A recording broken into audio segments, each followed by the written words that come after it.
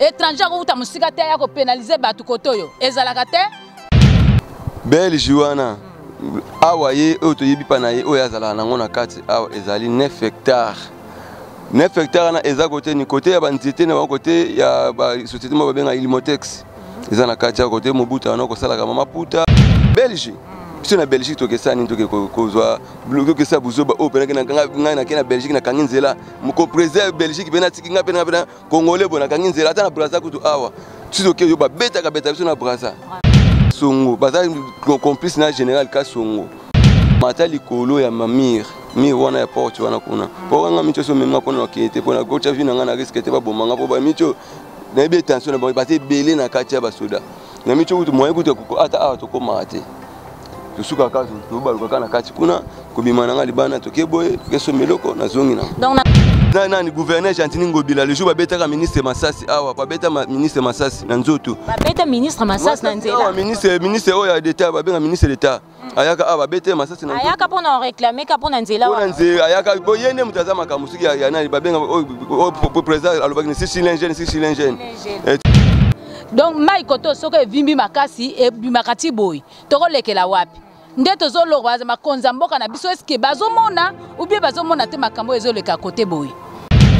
Et voilà, bonjour, bonsoir à tous chers abonnés de Jemidor Télévision, c'est votre humble servante de la presse Benitam Poudi, autre Madi BM, la mignon de la presse congolaise. Merci Nabino Nyonso, Nabi que vous avez toujours ébélé, vous avez branché, Nakolanda ba émission Nabino Yamalamou et le Kakana Jemidor Télévision, car ande ngana bino toyo kana, car ande tout ça la katse, to ebi biso mo ande tout ça la place, anara au monia ba komini na rouge, au place au mika s'abonner, au s'abonner, donc pour s'abonner massivement à Jemidor Télévision.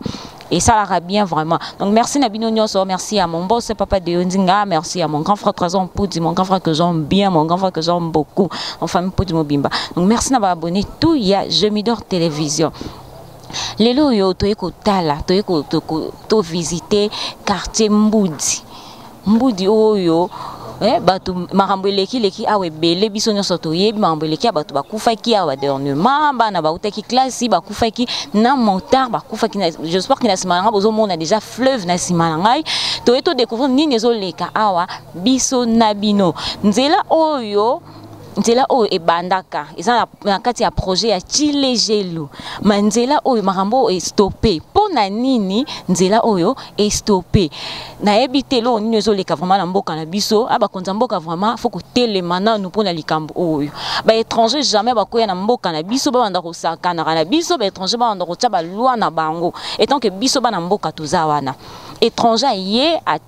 akangi nzela donc moyen nzela wana esalama eza lisusu te donc tozo kitana se étranger aye atie mir atie babiloko na ye na kati donc ndenga atie mir wana na yebi te mboka na biso est-ce que mibeko ya mboka na biso ezalaka to ezalaka ti non eloko vraiment en tout cas bakonza mboka bo trouver longo solution parce que population ya Mboudi koto bazolela to mona ki ba ko perdre bana bana ba classe na bana na muta moto na mai parce que tant bakangi déjà nzela wana to ba tie mir na bango na ba comme ko tourner na sekuna donc ezo pesa vraiment pasi na population o baza koto tozo découvrir nini oyo ezoleka na quartier Mboudi biso na bino donc to kita en général héritier to zana na sima caméra tozo kita total la biso na bino nini oyo ezoleka koto oyo na bandeko baza to solo la mukie na bango.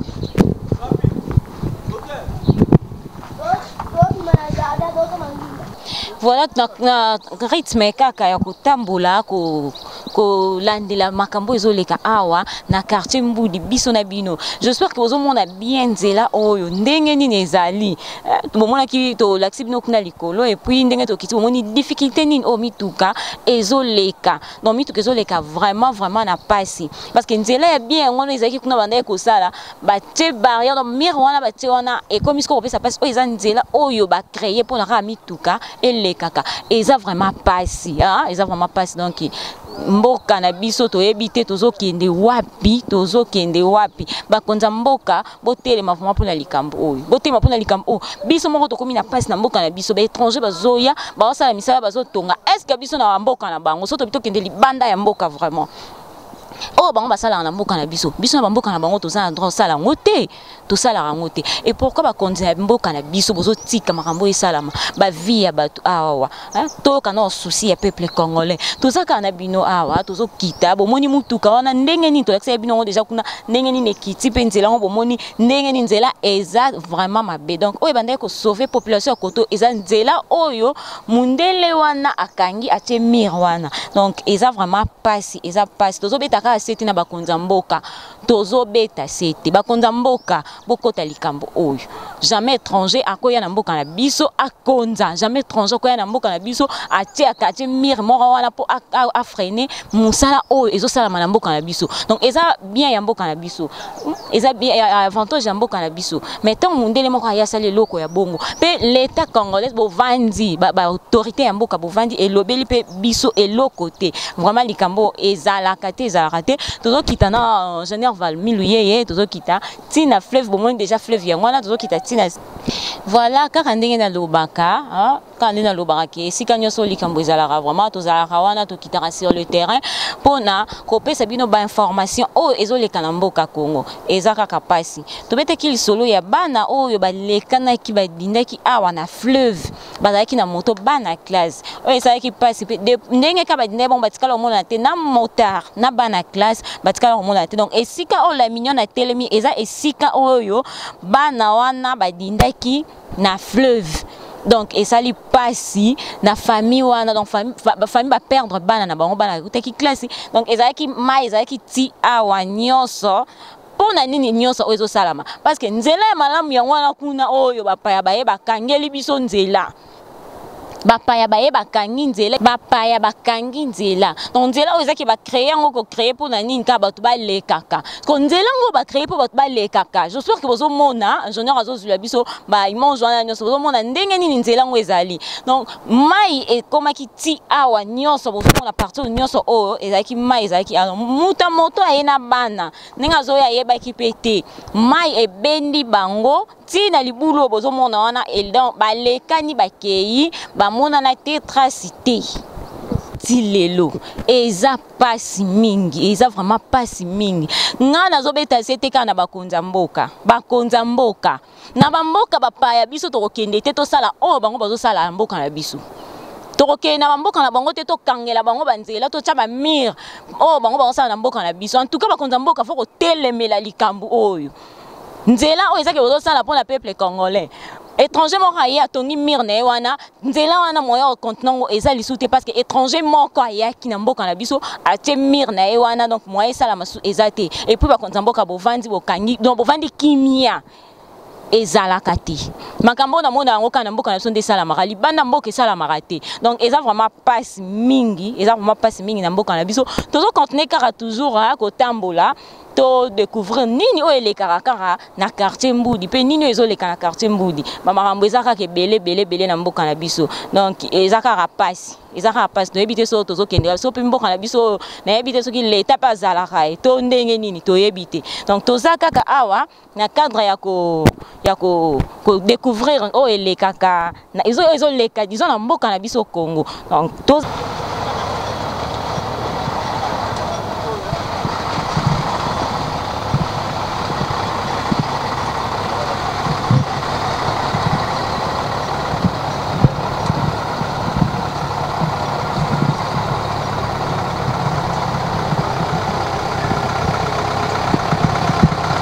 voilà abonné à Jeux d'Or Télévision et ils ont vraiment passé et si ka o wapi na betela ki bino lisolo ki bana o bakweyaki na moto ezaki bana ya classe mibale na motard donc esika o bakweyelaki yango oyo tozana bandeko tomoni bandeko baza pembeni classé à expliquer biso likambo elekaki ndenge nini parce que eza vraiment passé bato bazoka vraiment passe na mitema ko bukisa bana bauti classe baye mai ekomaka ti awawa donc nyonso mai ezalaki nde bakweyaki esika o bozomona libulu wana bana bakweyaki wana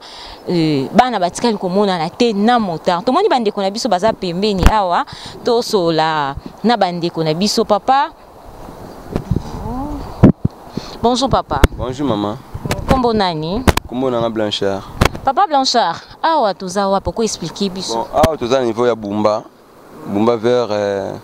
la commune Monga Fo, les ans CPA. Place au télemi oyo événement nino eleka kisika awa événement eleka ki awa nzelo to télemi oyo ezala nzela te awa bana ba créer yango parti ya nani ya mundele oyo akangaka mire so eloko eleka awa utaka beni mo ba uta ko mabanga na kati bana moto na uta na moto na classe ba uta boye bazoya ba koma siko awa bo aza psika mutuka moko so bango espace ko kimela ezala te ngi c'est à dévier neko dévier ki siko mabele ezaki za kolemba nde eshitisa bango na moto tina mai ata muta moto monana te bakozaki bana mibale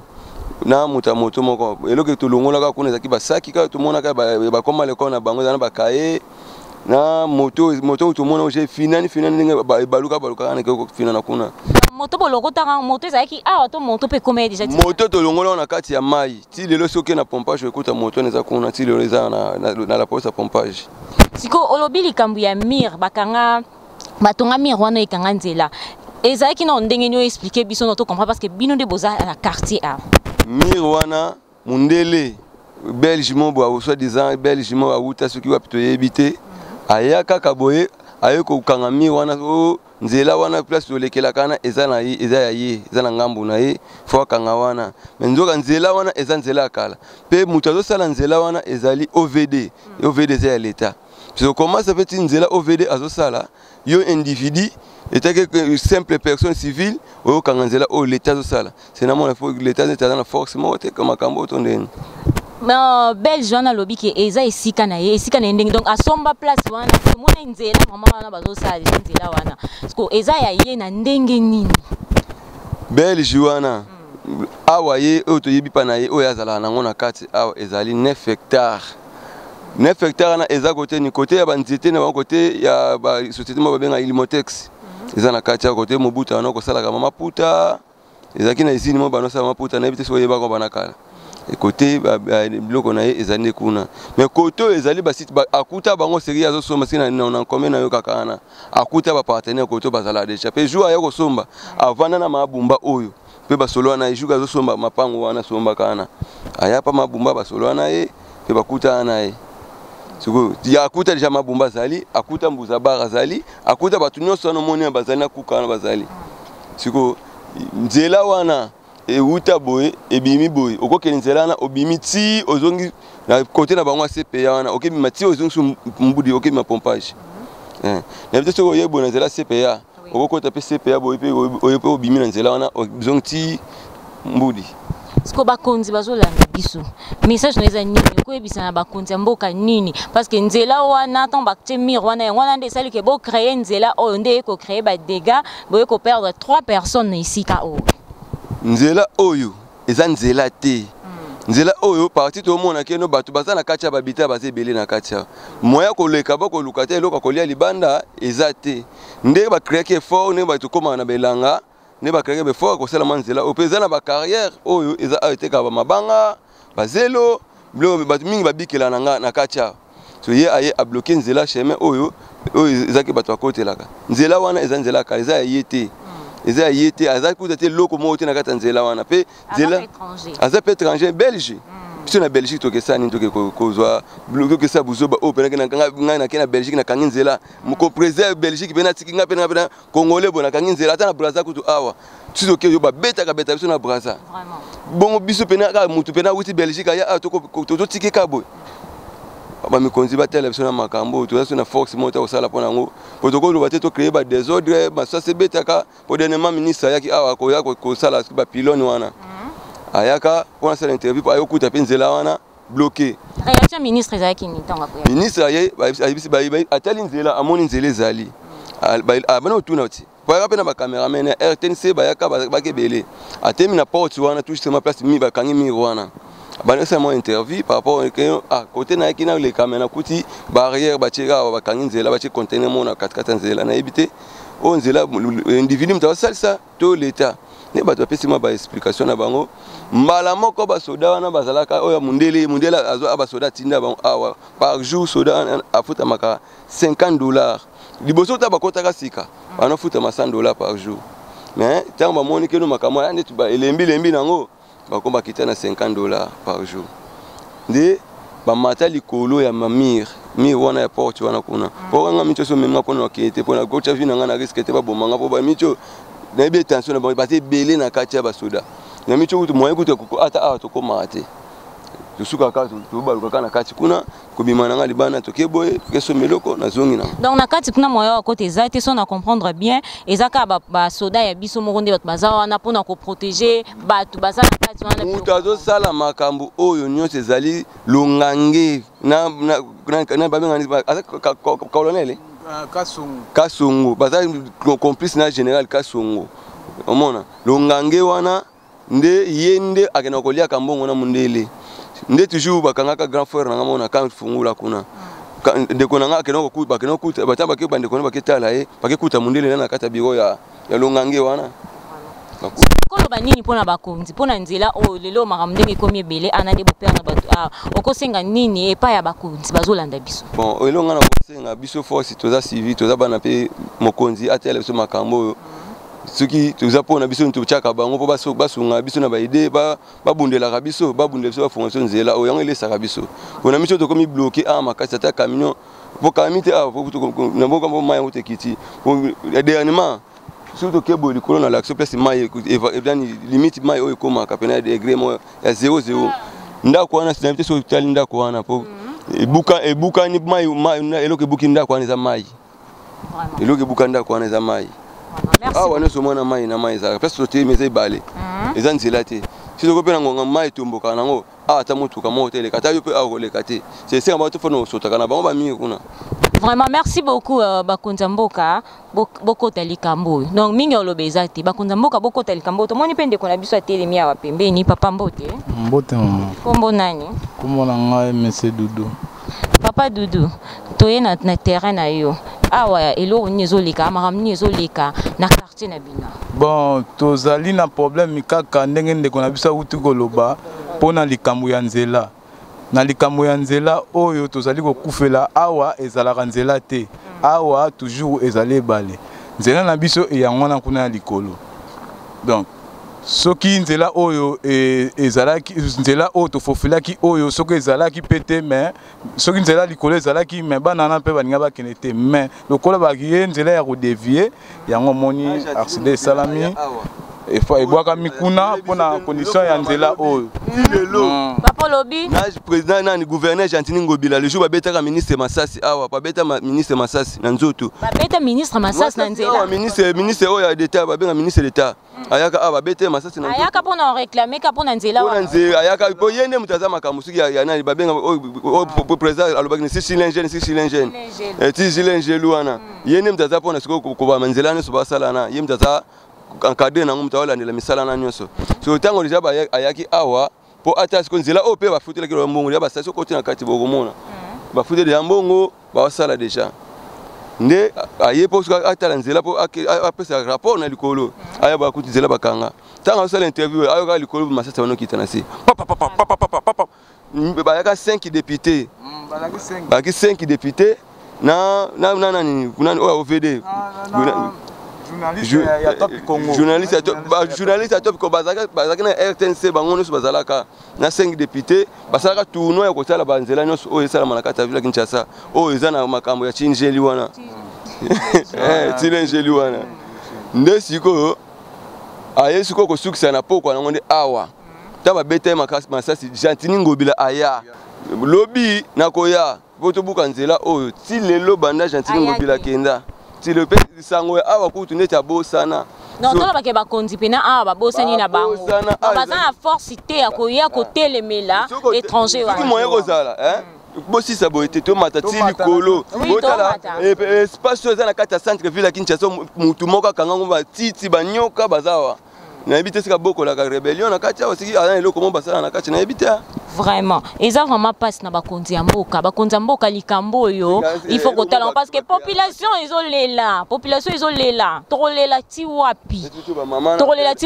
soki nzela wana ezalaki bien est-ce que eloko esalami esika oyo elingaki esalama te tellement kuna étranger ayakanga nzela kuna yango wana ntango bato bafofile baluka nzela ya koleka mpo bakende na bandako na bango nde bamama baye koperdre bana na bango esika oyo eza vraiment pasi eza pasi mpe mawa mpona mboka na biso eza vraiment pasi mpe mawa mpona mboka na biso biso mpe tokolemba te tokocontinue kaka toujours koloba baétranger na mboka na biso ndeko auti koloba na bamboka na bango biso tokokende te tosala ndenge bango basala na mboka na biso pour nani ezalaka na mboka na biso non ba étranger na mboka na biso ezalaka omona to étranger asali mabe congolais azoya non policier ozo protéger étranger mwana ya mboka ozo tika eza normalité neti boye tomoni mutuka yango donc nde toza boye eza moyen te donc moyen place kuta kokima eza parce que mutuka ya munene ezoya kuna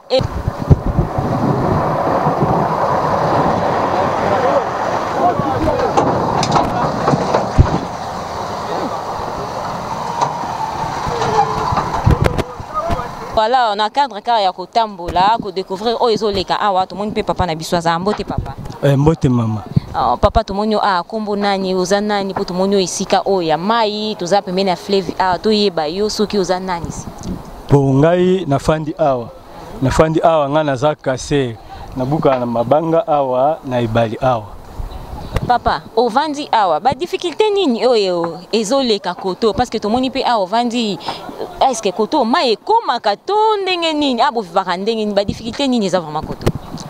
bon difficulté toza nango ka problème ya nzela awa ti ndenge moni awa mai ekomaka ti awa donc soki mai etondi ekomi ti awa nzela ekomaka nango na problème tozala mpe na ba difficulté mpona koteka biloko na biso ya oyo ndenge tosalaka na ebale vraiment awa mai toza nde na problème ya nzela fale kaka nzela wana ezonga mpo misala na biso etambola nango bien est-ce que bozalaka na difficulté ya koteka babiloko na bino mpo nzela kuna bakanga est-ce que mituka mpe eyaka vraiment boye bien ezokota mpe boye basomba biloko parce que tomoni déjà kuna mwa pasi moko eza wana mpona mituka eleka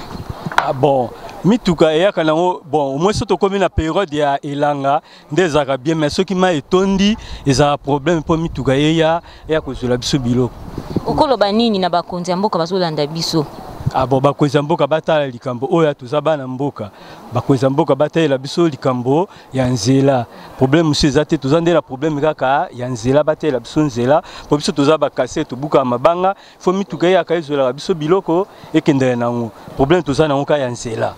non bafungola nzela oyo étranger wana tie mire na esika wana problème eza te afungola nde nzela wana po mituka eyaka nde boye eza na facilité soki mai etondi moya mituka eya ekozala te monso nzela na efungwami mituka ekozala na facilité mpo ya kozwa biloko meme kesa soso mai etondi ekomi awa mituka ekoya mpo nzela ezali. Vraiment, merci beaucoup papa. Donc nzela vraiment awa ezate bakonzi ya mboka. Population bazolela nzela. Na moni pe mama na biso aza pembeni awa, mama na moni déjà aza ya kosilika. Donc c'est que pena mabeza alimbote mama. Mbote mama. Mama kombo nani? Kombo nanga mama Marie.